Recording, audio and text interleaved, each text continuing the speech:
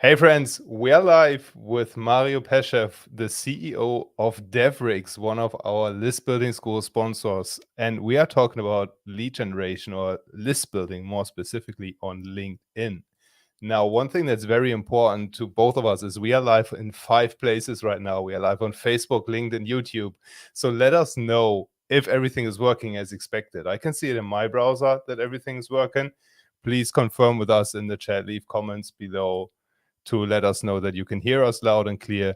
Mario, thank you so much for taking the time to do this webinar with us. And obviously, thanks for sponsoring List Building School. Hey, thanks for the intro. Thanks for the invite. It's definitely a pleasure. And hello, everyone. It's great to be here across all the platforms. As Jan just said, it's been extremely interesting. Oh, thanks, Ed. We've got some confirmation it's working in some places, especially LinkedIn, which happens to be one of the trickier ones to stream at, to be completely honest. But we are going to talk about that in our existing topic. So, first and Right. foremost, I hope that everyone's enjoying the event. It's looking rad so far, and it's my pleasure to be discussing LinkedIn out here, and more specifically, how to grow your email list through LinkedIn. So let me share my screen real quick. In the meantime, feel free to use the comments area. I'm going to try to multitask as efficiently as possible, even though it may be slightly tricky.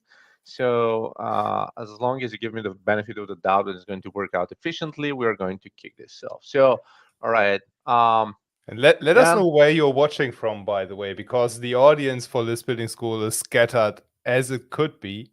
So I'm looking forward to seeing who is watching because Mario, you are at like 10 p.m., I think. This is yeah, for you. it's 10 p.m. here. I'm just in between meetings, and I'm streaming from Bulgaria. So yeah, let me know in the comments. Let us all know. Post a comment where are you watching from. Just drop a comment with your location. Really curious to see how many time zones are currently active right now. So drop a comment here. Definitely happy to learn more about all of you. And also, don't forget that this is also a networking event. And it's also a list building event, so it's kind of the best way to gather more emails for you and your business. So once again, make the most out of that opportunity. So once again, today we're going to talk about how to grow your email list through LinkedIn, and a few words about me and kind of why I'm discussing that in the first place.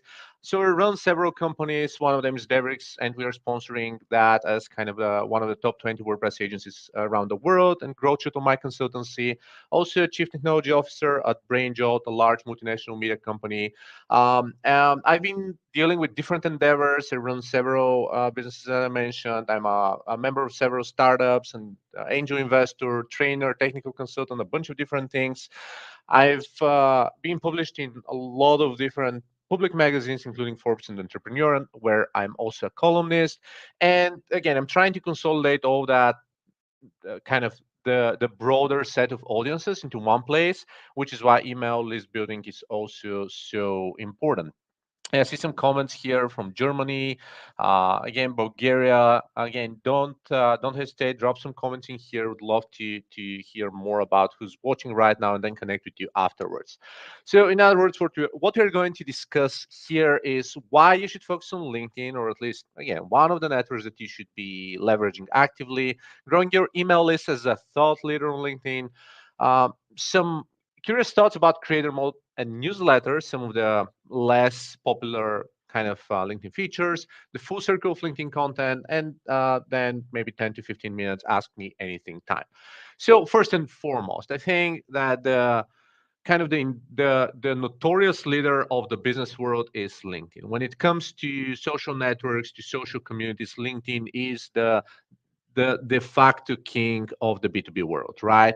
So when you compare it to any of the other popular networks, even some of the largest ones like Facebook or Instagram or TikTok or so, when you're trying to sell a more expensive, more kind of high profile service, LinkedIn is definitely leading the chart. So just I really want to start with that, because when we're talking about email lead generation, it's important to know that we are trying to use emails for a business purpose, whether it be it sales or personal branding or some coaching or kind of maybe a subscription based product, which is normally a business type of transaction. So when it comes to B2B, again, LinkedIn is the king.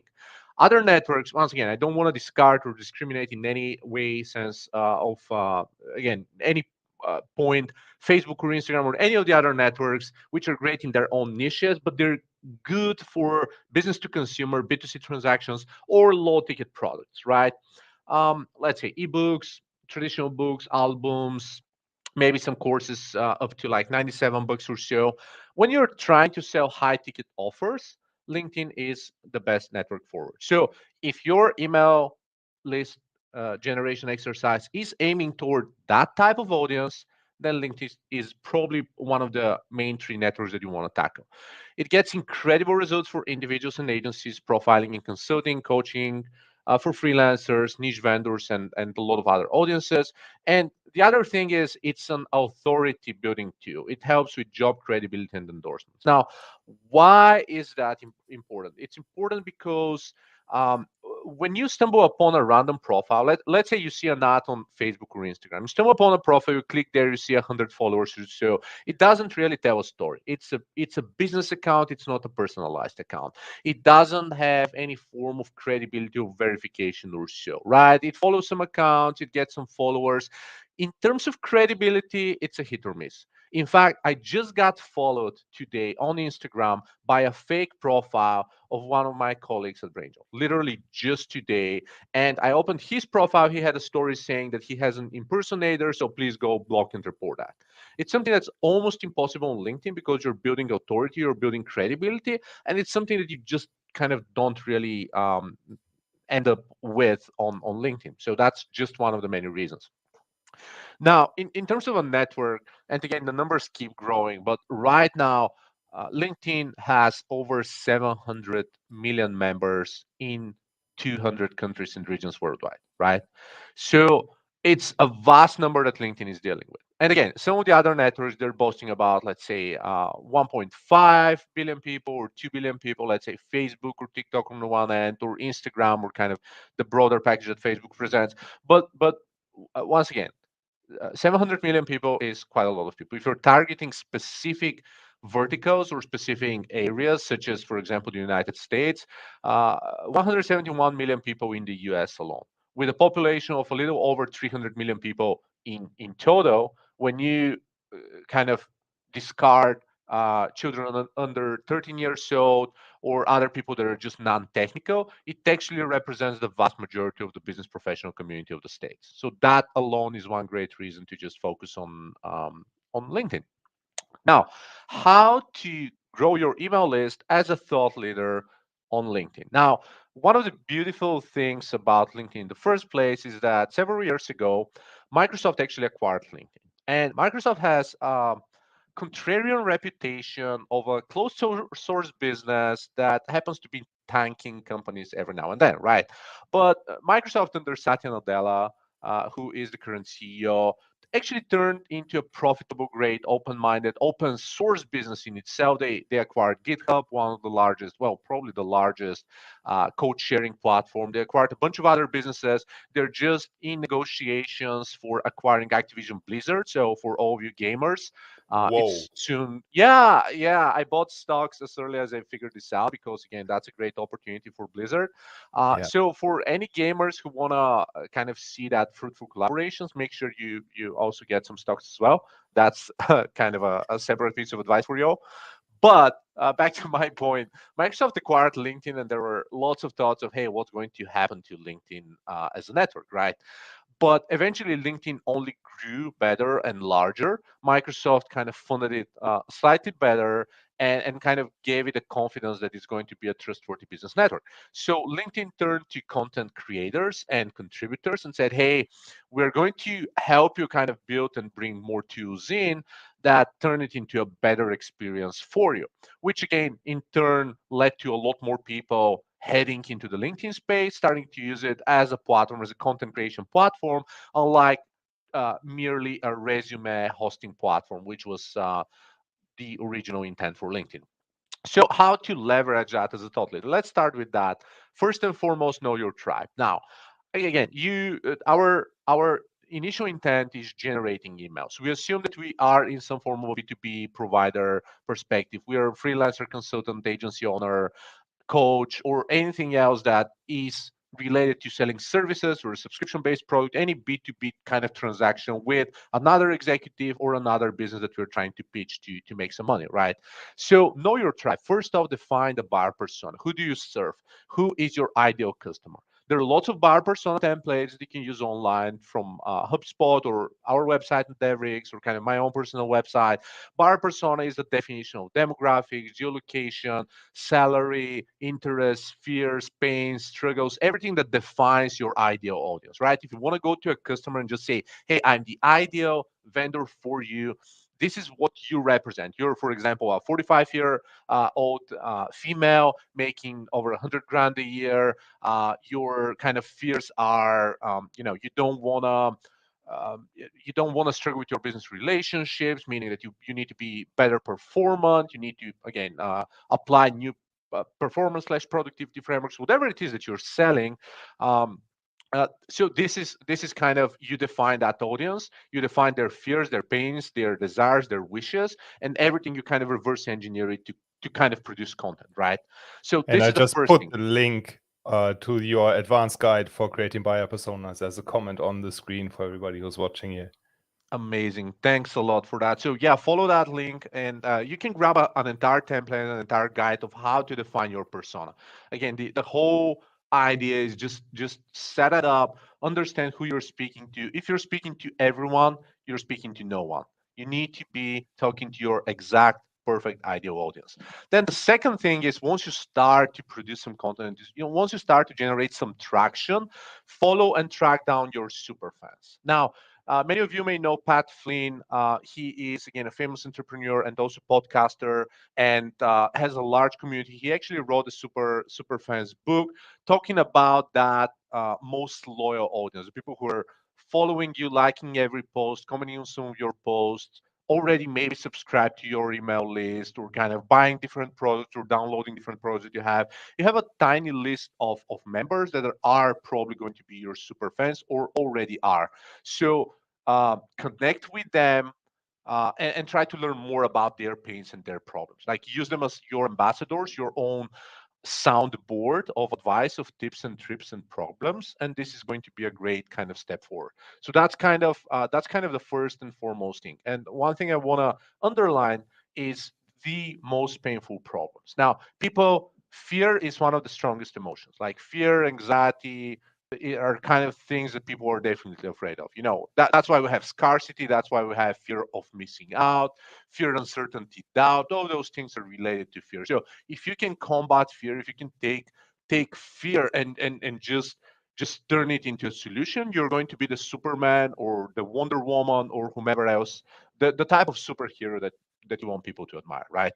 And as a matter of fact, if you've seen the Lucifer show on Netflix, I actually have this mug in my office which says, "What is it that you truly desire?" Right? This is what Lucifer used to say. It was his superpower in the series. For those of you who have seen that, but essentially, I keep that as a reminder of every time I'm posting content, every time I'm kind of struggling or kind of trying to figure out what I need to talk about, either for my email subscribers or on social media, on my blog, or anything else. It's related to desire. Again, it's related to fear, to desire, dream, any form of emotion that's going to trigger people to connect and read and learn more and ask questions and find out what we're talking about, right? So this is kind of the core, the root of connecting to your audience and figuring out what people really need and what they want, and making impactful content. I see Nikki in the comments. I want that mug. Nikki, connect with me, and we are going to try to make it happen. So just a heads up. That's kind of one form of networking that we're more than happy to do forward. Number two is creating a regular posting schedule, right? So what does regular schedule mean? Now, if you're on different networks, again, it works differently, regardless of whether you're on Facebook, TikTok, Snapchat, Twitter, or, well, I use Twitter twice probably. Twitter, TikTok, Instagram, Facebook, Snapchat. There are lots of other networks, YouTube. But in terms of LinkedIn, according to different sources, posting 4 to 7 times a week is kind of a recommended schedule, right? Test out the best possible days because timing matters. Again, in most cases, it's usually daytime for your perfect for your ideal audience. Tuesday to Thursday, but it's something that you can A/B test. Now, always think about the rationale. Who am I trying to reach out? When are they online? What type of device they're trying to kind of use to connect to that system and so forth, right? So most people, the reason it's Tuesday to Thursday in kind of most networks, it's Monday. You come straight at the office. You probably have some meetings. You need to catch up on emails and vendor requirements and some delayed deliverables or whatever it is from Friday. So not a lot of time to use social media. Friday, people are not no longer in kind of heavy work mode or no longer interested in kind of engaging with something new, or they're trying to wrap up the week or whatever it is, or maybe they have like a half day off or so because they're traveling, whatever it is, right? So Tuesday to the Thursday are normally the most efficient days, similar to kind of how email newsletters work. But again, A/B test that. Definitely don't trust on kind of different market segments. For me and for kind of some of my peers, Saturday night is one of the best posting hours actually, because you can, yeah, entrepreneurs are around on Less Saturday competition? night. Yeah, and it is less competition. You're not stuck in meetings, right? You're not Yeah. constantly on the phone, waking up, you get a call from legal or accounting, or like you're late for a meeting, you're driving the car, or driving the kid, or something else. Saturday night, normally, like you've done most of kind of what you did throughout the day, or like you put the kid to sleep or whatever it is, and you have a couple of chill hours to catch up on news or anything else, right? So that's why it works so well in some cases for some industries. So again, this is why we started with your ideal audience, the buyer persona. Know who you're talking to and how to connect with them and when to connect with them. But once you have a regular posting schedule, what it kind of facilitates is it facilitates the ability to post raffles or maybe other games or any other forms of kind of polls or anything that kind of engages people and also helps you collect emails as a by result, right? I do have Then, one question about that schedule, Mario. yeah, sure. How long do you take to assess whether a schedule works for you? When is the A/B test over? Absolutely. So practice makes perfect, and I'm going to touch on that a little later with analytics.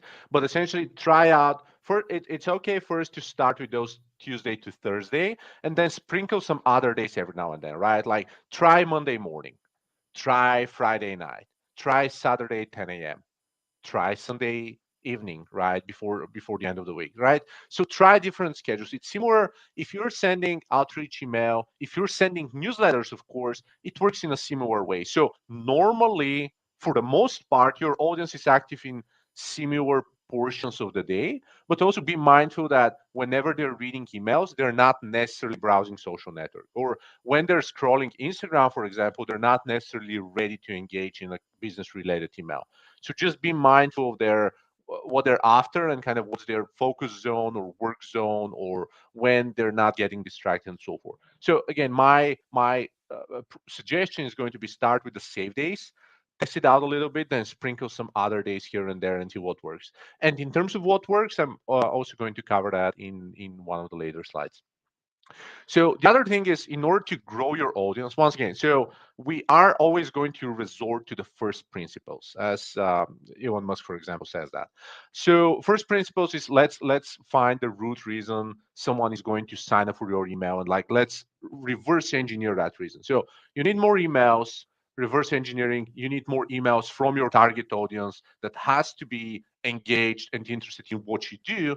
So ergo, you want to be building engaging content. So, in order to do that, to get more traction, to get more engagement, to establish yourself as a thought leader, try working out with different forms of content that are not necessarily traditional posting a photo or posting a couple of paragraphs, right?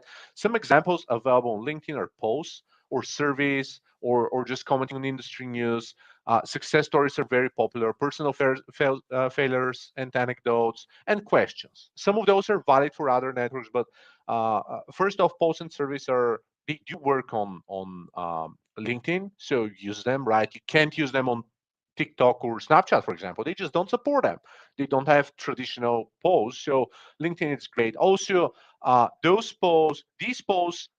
Again, I'm going to give you one example with posts and surveys. You can run a poll survey every single week or even twice a week, gather responses, and then have the ability to create let's say, white papers, or just kind of have a subscription-based mechanism. Hey, sign up for that point, you're going to receive a weekly or monthly kind of list of industry-wide statistics for a specific community, right? So you can use this crowdsourced information to produce a report, and by the way of that, just gather more emails, right?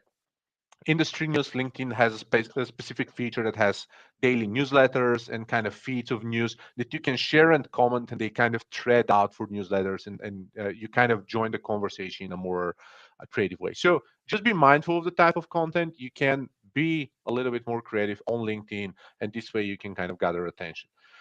Number four, and that's kind of more of a note, it's important, avoid sharing external links, meaning don't directly share a link to your website or another external resource or an external video to YouTube, for example, if you're into video creation.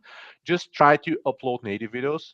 LinkedIn supports that, and native content, like just an image, just a text or so. If you want to link to something, link in the first comment, uh, just as the screenshot to the right, right? I mean, there's kind of a recap, there's an image, and then there's a link to the comment. Now, one way to generate engagement, for example, if you have a raffle, if you have like something like a freebie, just write out similar to a Facebook ad or anything else, just a story, a caption, and then write out, for example, post, sign me up, and we are going to send you a link to our landing page, or we're going to DM you, or we are going to get your email and sign us up, right? So this way you generate more comments under your story, and you get people's emails by the way of that, right? So this is kind of a creative way to turn that narrative. So for example, you have a white paper, you have an ebook, you list down some of the great wins, or you list down a story from a user, or you just post down a review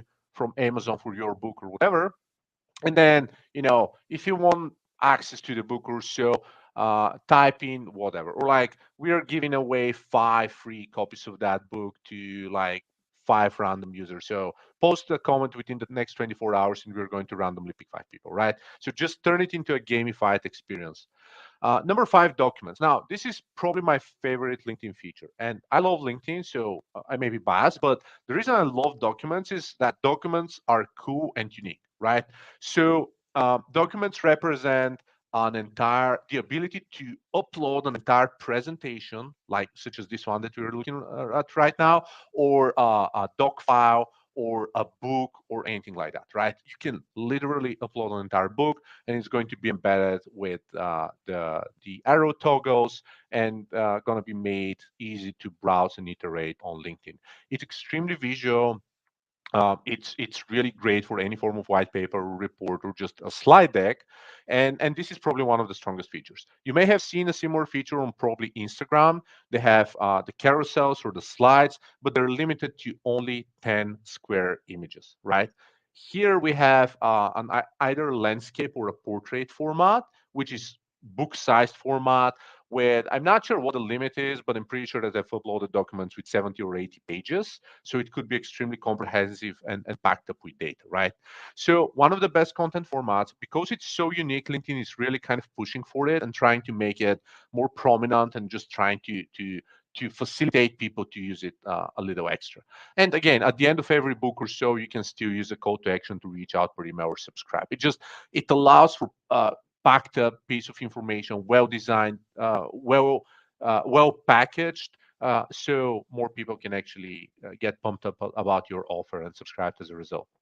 Now, LinkedIn Live, first and foremost, it's not accessible to every user, but it's something that you can actually do. And I believe that some of you are actually watching us on LinkedIn Live, right, Jan?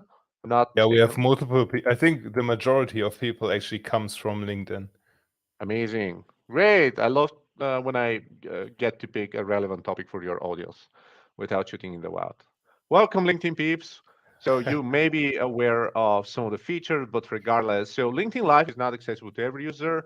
In most cases, for multi-streaming, it actually requires kind of an external service like Restream.io that I use, or yeah, and you can also recommend the ones that you're using yourself. We are using StreamYard right now. Yeah. StreamYard directly connects to that. That's super cool. So thumbs up StreamYard. We are using that for screen sharing and for the entire event experience. So you can, so one of the tips is LinkedIn Live is really great. I love LinkedIn Live because again, you are connecting to the right audience. LinkedIn Live is not heavily used as compared to, let's say, Instagram or Facebook. So you get less competition. More people are actually getting notified about that, and you can literally just hop on a call with an industry expert or colleague and just talk industry news over a Sunday morning coffee, for example. So great to just discuss business topics in a less formal way, and then connect to your business owners, audience accordingly. So yeah. Additionally, once you kind of create one or two engaging events, of course, it's going to be one of the best ways to just say, hey, we're doing that regularly, but please stay tuned for further announcements or scheduling. So in other words, give us your email and we're going to keep you posted on next exciting events with industry influencers, right? Number seven is collaborations. Again, in order to increase your audience and your engagement and the general crowd of people you're connecting to, collaborations are one of the best ways to push forward. Now, so pairing up with other LinkedIn users is best. Most influencers, I normally have a saying that um, like unless you are a real world celebrity like a Hollywood rock star or like an actor like an Netflix number one personality or like a Forbes 500 entrepreneur, unless you're that type of person that people can actually recognize you on the street and say, oh my god, this is that person, you're probably doing something fishy if you're famous on the internet, meaning that you've probably spent quite a lot of time, yeah, just fishing for comments, asking friends to just like, share, subscribe, and review, and whatever it is, to bootstrap your first several months up until you get real, actual people engaging with your content.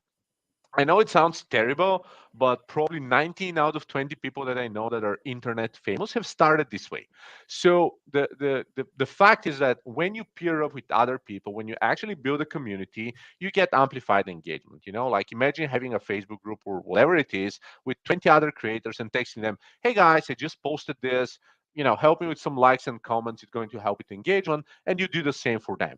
You're going to be surprised with the number of people doing that. But we are going to touch on that as well. In other words, connecting to people for common initiatives and for kind of common engagement is extremely popular, which is also how you build strategic partnerships and share audience with other creators. Now, I'm going to tell you what I do. So a couple months ago, I had a flight to San Diego. So I was the full week packed of meetings and stuff, but my weekend was free, so I literally just landed, texted everyone in my network from San Diego. Well, almost everyone, of course, and just, hey, I'm staying here for the week.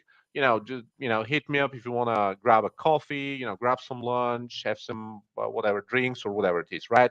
So I scheduled like 8 or 9 meetings. Three of them turned into business relationships. I met some old clients as well, and that kind of stuff, right? So this way you can actually meet people, and even without having to travel, you can just ping some people that you kind of whose content you like, and just say, hey, I profile in that industry, you profile in that industry. I'd love to get a collaboration together, right? Just jump on a LinkedIn Live, or I don't know, like create a white paper together, or just gather some stats and cross post them, or anything else.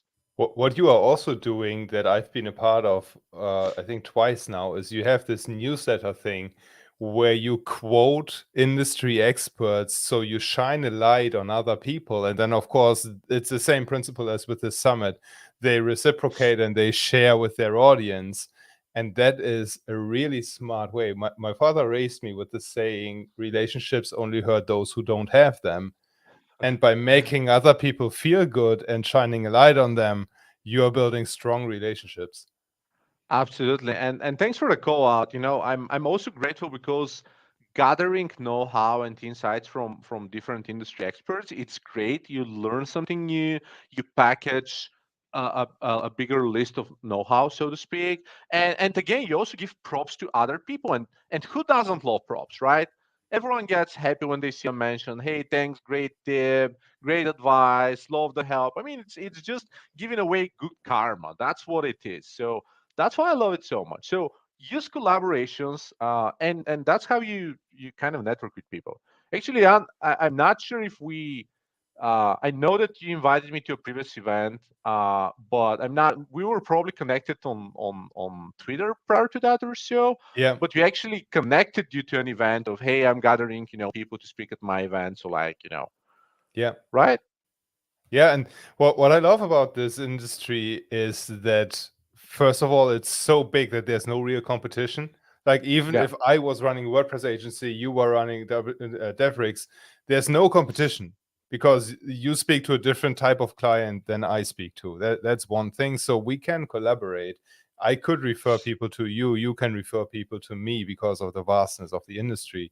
And it's the same with marketing. It's like I don't know, I don't want to say the S word, but I don't know a lot about email marketing. That's why I've brought people like you together to teach me and to teach the audience. And in those in those collaborations, I think the most important thing is to focus on making the other person look good and taking your ego a step back and saying, okay, I'm just facilitating. I see myself as somebody asking dumb questions to really smart people in this summit, and that's downplaying, of course, but that's when you come with that attitude to collaborations, you can build some strong relationships that last for years. I mean, we've been in touch for like 2 or 3 years before this finally happened here. Yeah, absolutely. Couldn't agree more. And yeah, everyone watching, please just collaborate more.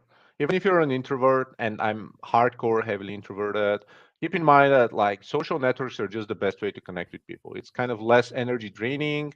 You can connect, whenever you're more energized or so. You can literally just text or exchange a Yeah. voice message. So it's just awesome, like a great way to grow your business without having to, you know, kind of expand a lot of energy on site. So what I mentioned about collaborations, and about commenting, there's something called LinkedIn pods. And now in reality, again, it's something that exists for every single network, right? The way it works, once again, is you build mutual groups of business experts. You can build your own, or you can use one of those tools like Lampod or Linkboost that you actually connect to a group with common interests, and you can kind of cross comment and cross share. Some of those are slightly more automated, like Lampod. Now, I'm not going to actively endorse it because it's borderline bypassing best practices of engaging existing content.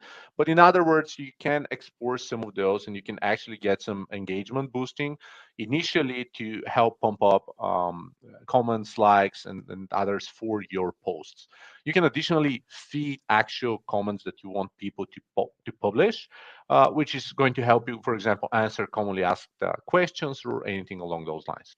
So again, take a look at that. Again, it is more or less in the gray area. I'm not gonna lie, but also a lot of people are using that. So consider you're either going to be at a disadvantage not using it, or you're going to be crossing some lines. It's kind of more of a moral dilemma, but in any case, I'm just leaving it out there because a lot of people are actually using that.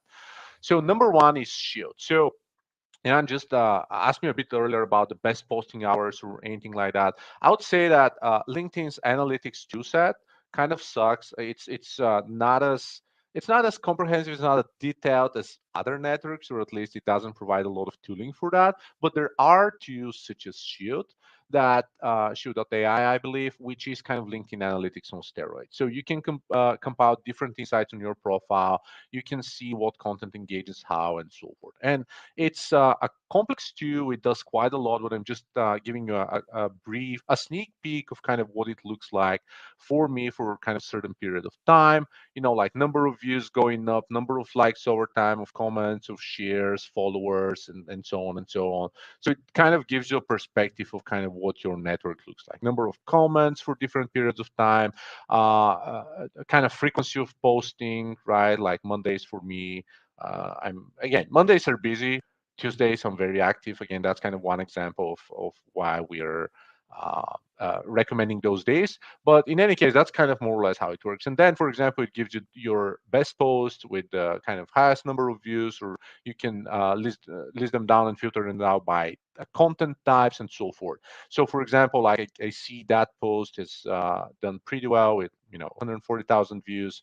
Most of them normally doing like 10 to 20 or so within a given period of time. But like, for example, I know that slides are normally doing around 10,000 views per post. That's kind of one example for my profile.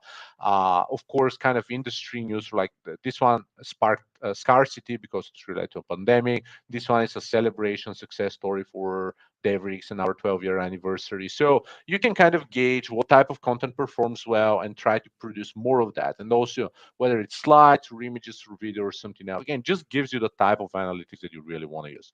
And once again, additionally, this will also help you find out the best posting hours for your audience. Number 10, and I'm going to quickly skim through that. Of course, if you want to make the most out of the platform, just upgrade to the premium version, which is LinkedIn Sales Navigator or anything else. Maybe LinkedIn Hiring works as well. Now, first off, you can do a lot of different things like real-time sales and notes and tags. You can connect to specific people. You can use it for outreach for clients, like lots of other people, right? Also, premium versions, normally you get free emails if someone wants to connect with you. So it's easier for a lead to actually connect to you via a premium LinkedIn account. But again, I believe that if you're paying the platform, it's kind of a pay to play thing. So I believe that you actually get a little bit more engagement if you're just paying the platform, right?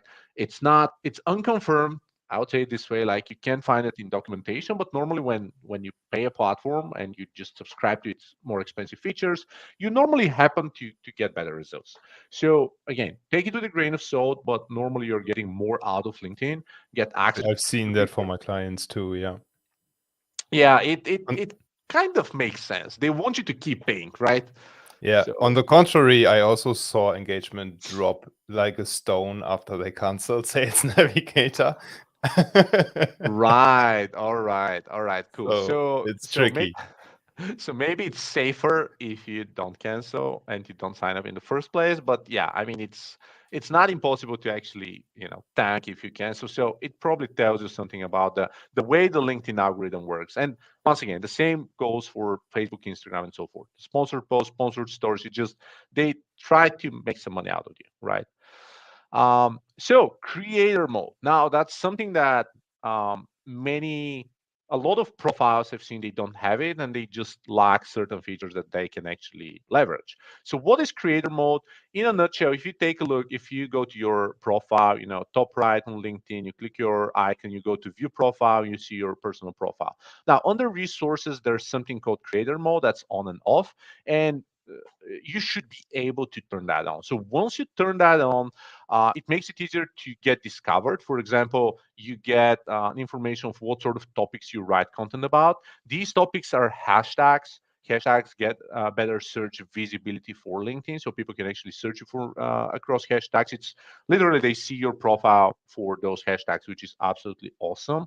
And you get access to a bunch of different things, including some of the content creator tools. So one example is LinkedIn Live. Again, it's normally not accessible unless you're in a creator mode. So if you want to try out LinkedIn Live, you probably want to turn creator mode on your profile. I'm not sure that you're losing anything out of creator mode. I have it on for, I know, ever since it was invented several years ago. So yeah, in any case, I would just suggest you to switch it on.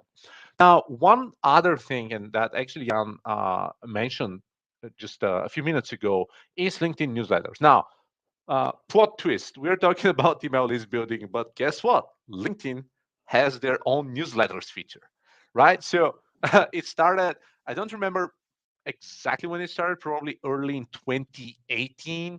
I think it was 2018. I joined their LinkedIn series beta.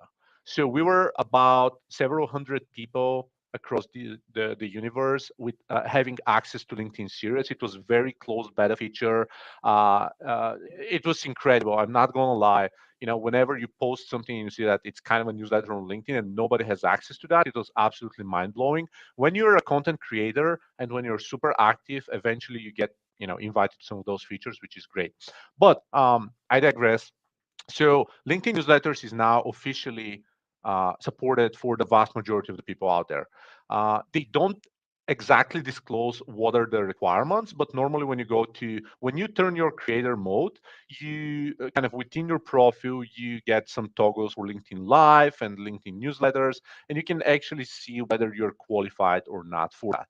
But what it gives you the opportunity to do is LinkedIn supports LinkedIn articles, so you can write an article on LinkedIn, but you can also create a series, right? You can create one series, such as this one that I've kind of posted here is LinkedIn Expert Roundups, and this here is Jan from kind of one of our series, and you can create a series of articles under the same topic, and people can actually sign up.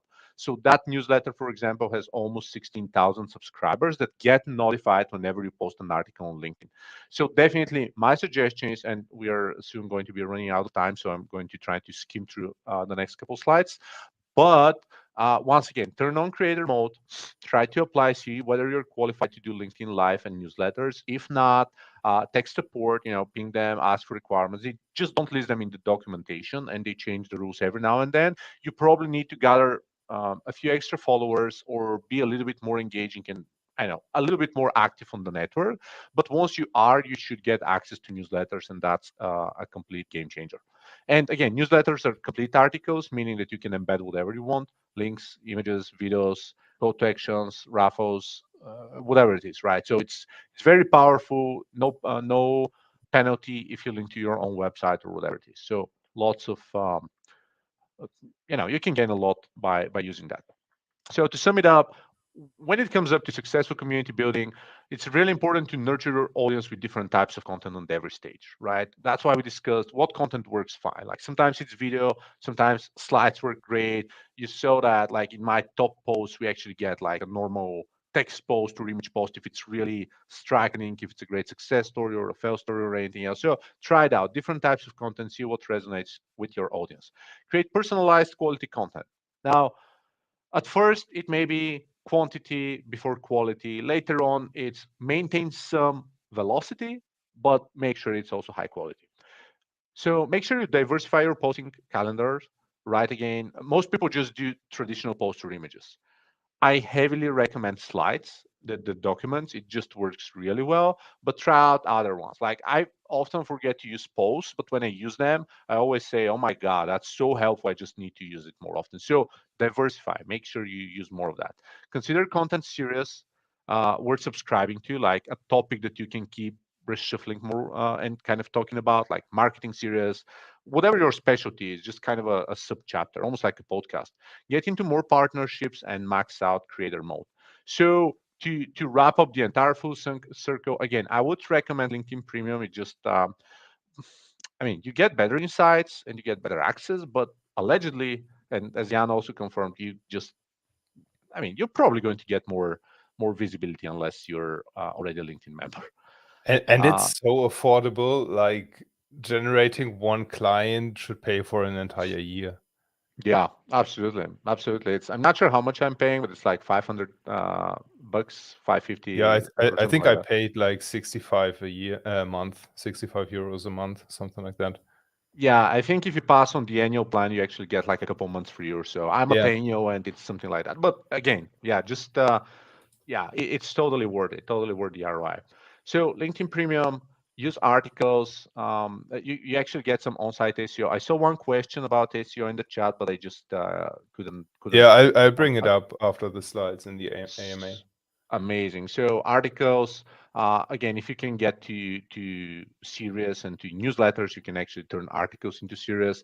Native video, by the way, used to be a king in 2018, 2019, I believe. I was doing exclusively video back then. I just stopped doing text content for the most part because it was just so huge. Again, fewer people using video. LinkedIn was trying to push for video to compete with YouTube and Facebook video and so forth. Now engagement is worse, but they're also different. Again, if your audience is video heavy, you want to make sure that you do exclusive video. So again, it really depends on the audience. LinkedIn slides, my number one favorite, as I said, and also LinkedIn pods. Regardless of whether you're using an automated tool or not, connect with people on kind of discussing stuff on the same page, kind of similar topics, and just support each other, right?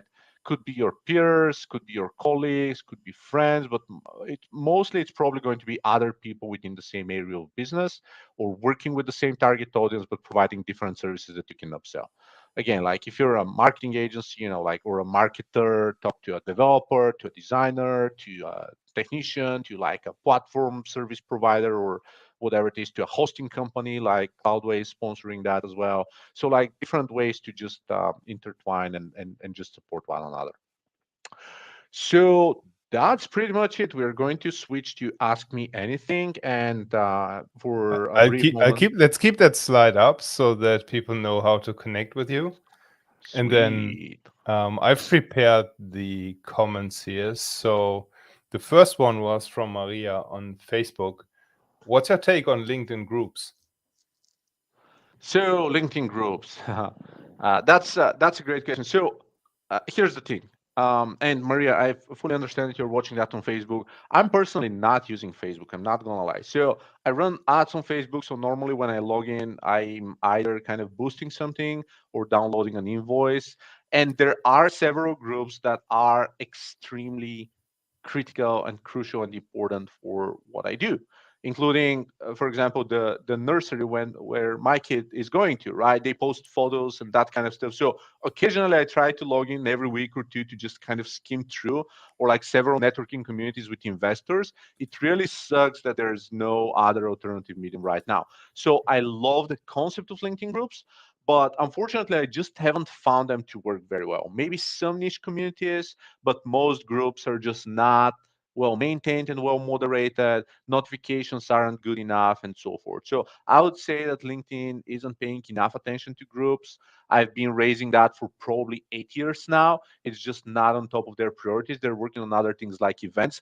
I really, really deeply wish they fix the notifications and just the settings so that people can actually use it as a more real-time medium. And I believe this is going to improve groups as well.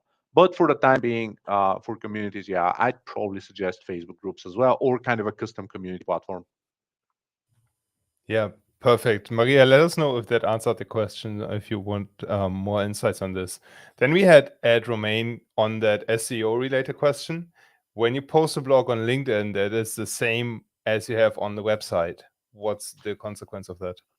Right. So over the past couple of years, Google are actually explicitly saying that duplicated content isn't really a thing anymore. First and foremost, previously, like 5 or 6 or 7 years ago, they were kind of looking into date of origin, right? It's almost like trademarks. When you're applying for a trademark, whomever is the first one to be recognized as the original source, they kind of win. It used to be similar with kind of the original source. So if you're the original source, it's cool if you post it afterwards. Over the past 2 years, once again, Google is saying, hey, like our rank brain and the next version of our algorithm is actually working in a way that really focuses on kind of a core pillar, a topic of a specific website. So it's not about just one post, it's about the core pillar of related posts, internal links, the core topic or the core segment that the blog is discussing, and a bunch of other factors. So that really doesn't matter.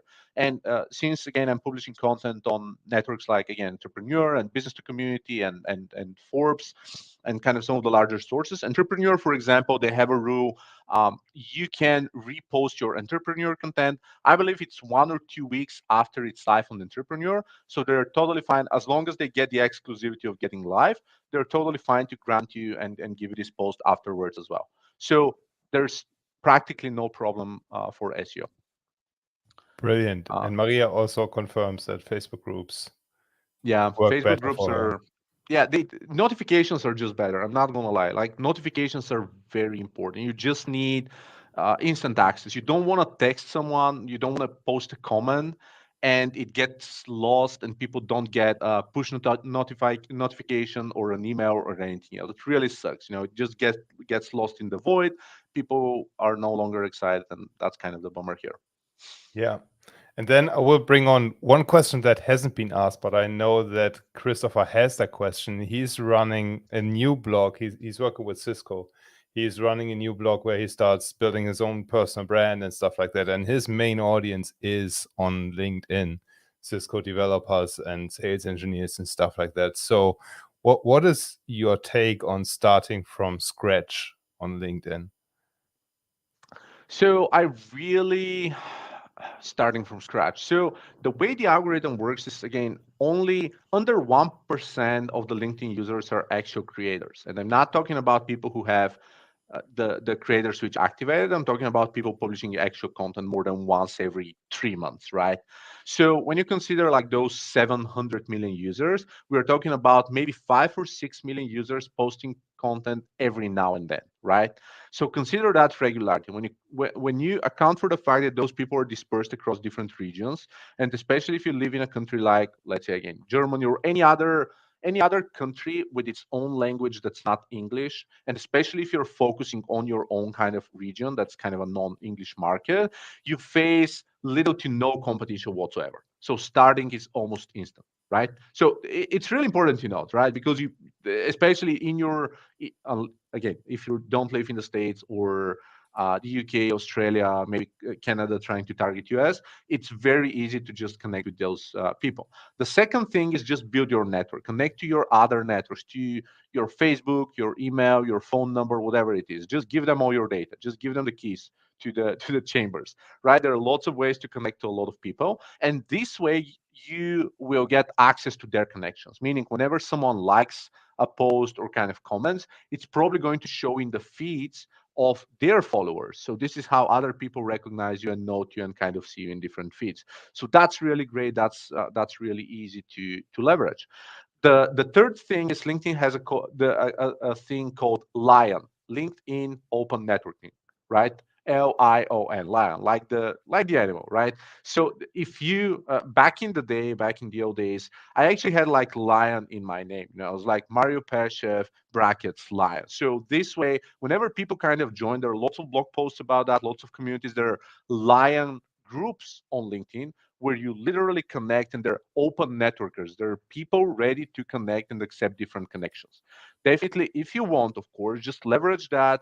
You're going to connect with some super connectors, right? People with 10 or 20,000 connections, which is going to quickly expand and kind of shorter the path to other well-connected people. So those are probably my best tips. Again, if you want, you can use something like Lempot or some of the other pods, just to better connect with a broader audience. But it's really easy. Just start, create a cadence, plan your next 5, 6, 7 posts, decide what you're going to talk about, try to kind of differentiate the different content styles. And once you start doing that and just build an initial network first, it's something that works really well. Perfect. And Nikki just chimes into that. She effectively started from scratch, never had posted, and just engaged in connecting with people. Took her from 260 to 400 plus contacts. So that's, if I understand it correctly, Nikki, without even posting yourself and just engaging with content that's already there. So that's a great way to build that network and build those relationships. And then Yeah, Christopher absolutely. chimes in. He's super passionate about his blog right now. So I hear you, Christopher. what's your take on that? Yeah, just back to Nikki because she actually brought, and I'm going to revert to Christopher. So what Nikki mentioned about not really creating content but just commenting and engaging, like keep in mind that really, I mean, just posting comments on like more or less influencer profiles. You're not necessarily talking about the Bill Gateses or the other kind of Elon Musks, but just industry experts or like other more popular accounts that are actually experts. This helps a lot because other people are tracking down, other people get notifications on these threads, and they see your face. And if you post engaging and helpful comments, if you add to the conversation, it's one of the best way to kind of build a community. This is in fact I grew one of my Instagram accounts from like I think 2,000 to 4,000 followers or so over 3 weeks by just commenting on relevant accounts. Like I was commenting on like 40 accounts a day or so for 3 weeks, and it was so helpful that people were just following back, right? So this is something that you can also apply for on LinkedIn as well. So Christopher's question, what would be your strategy of promoting your blog content? So there are several things. First off, I turn my blog posts into slides, right? So when I turn them into slides, it's kind of a sneak peeks, and then people want to read the full picture, they just go to the comment and they go there. Then I do content repurposing, which you're also going to see at the List Building event. I think it's day 4, yeah, August 11th. August 11th, yeah. So Thursday, you're going to see the repurposing topic that we're going to discuss. And this one is going to talk about how to create one piece of content into different pieces of content. But the TLDR is just, I just turn it into different forms of content. One of them is occasionally I do like a 1 minute video, like, hey, like, what are the 5 tips to do ABCD, right? Very quickly, just listing them down. If you want to know more, if you want to see like latest stats, yada, yada, yada, check out the link in the comments and go there. And yeah, that's mostly it. And generally speaking, I'm just trying to lead people to my blog, not necessarily to my list, not necessarily to an individual blog post. It's more about, I talk about helpful stuff.